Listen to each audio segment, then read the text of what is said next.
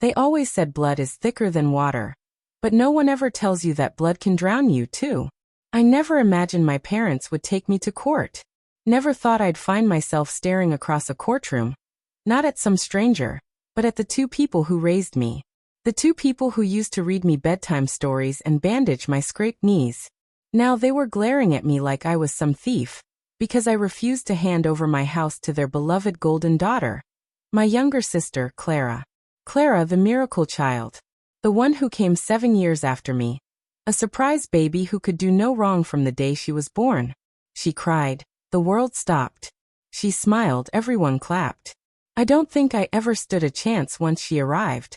My childhood became a shadow show. A quiet fading as Clara's light grew brighter. I used to think it was just the way families worked, until they demanded I give her everything I had. It started subtly, as these things do. I bought the house 3 years ago. It was modest, 3 bedrooms, an old wraparound porch, creaky floorboards that whispered history. I loved it.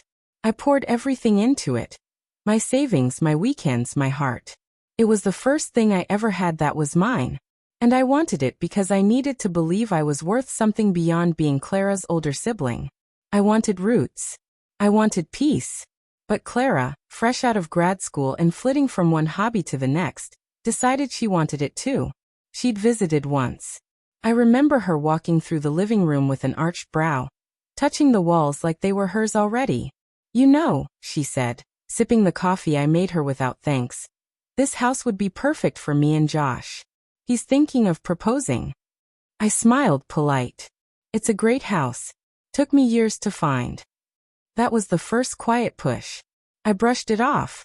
Then came the second. I talked to Mom and Dad, she said on a call 2 weeks later. They think it would make sense for you to help me get started. You know, give me the house, maybe move into a rental nearby. You don't even have a family. I do. I laughed. That's not how this works, Clara. But it was how it worked in their world. My parents called that night. Dad opened with, "We need to talk about Clara's future." Not mine. Not ours. Hers. I bought this house, I told them, stunned. It's under my name. You wouldn't even have it if we hadn't helped you through school, my mother snapped. You owe us. And she needs stability now more than you do. Don't be selfish. Selfish. That word hit me like a slap. I'm not giving her my house. And that was it. The beginning of war. Weeks passed. Cold silences. Snide texts. My calls unanswered. Then one morning, a knock at my door. A manila envelope. Legal papers. They were suing me. My parents. Claiming they were partial financial contributors. That I had promised to hand over the property. False statements. Lies. All to force me out. The betrayal bled into everything. Friends asked what was wrong. I couldn't even answer. I barely slept, barely ate. I was drowning in a nightmare. Clara posted vacation pictures during the trial, as if none of it mattered. As if her sister's life wasn't unraveling just so she could have granite countertops and walk-in closets. In court they sat beside her, smiling, whispering. They didn't look at me once. The judge asked for documentation. I had everything.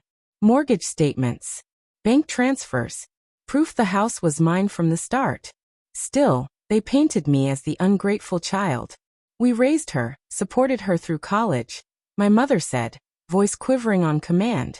And when we needed her to show a little love, she slammed the door. Love? I whispered under my breath. The judge ruled in my favor. The house stayed mine. The victory felt hollow. After the hearing, they walked past me like I was nothing. Clara didn't even glance in my direction. My father's parting words echoed behind him. Don't ever call us again. I didn't. In the months that followed, I relearned loneliness. Holidays passed with silence. Birthdays. Anniversaries. I used to text them. Still wanted to believe they'd come around. They never did. I sat on the porch some nights, watching the wind dance through the trees, wondering how love could rot into something so poisonous. Wondering what made Clara worth everything, and me worth nothing.